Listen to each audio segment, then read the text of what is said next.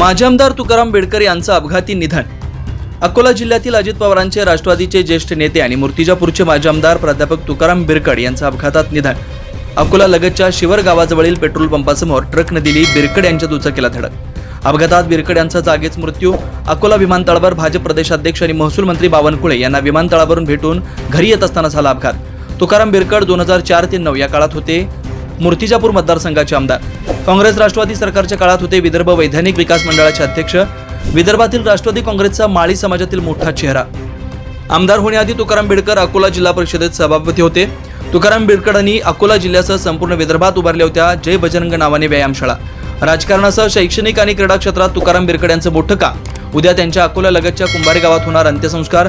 अपघातात माजी आमदार तुकाराम बेडकर आणि त्यांच्यासोबत असलेले शिक्षक राजदत्त मानकर यांचा दोघांचा मृत्यू।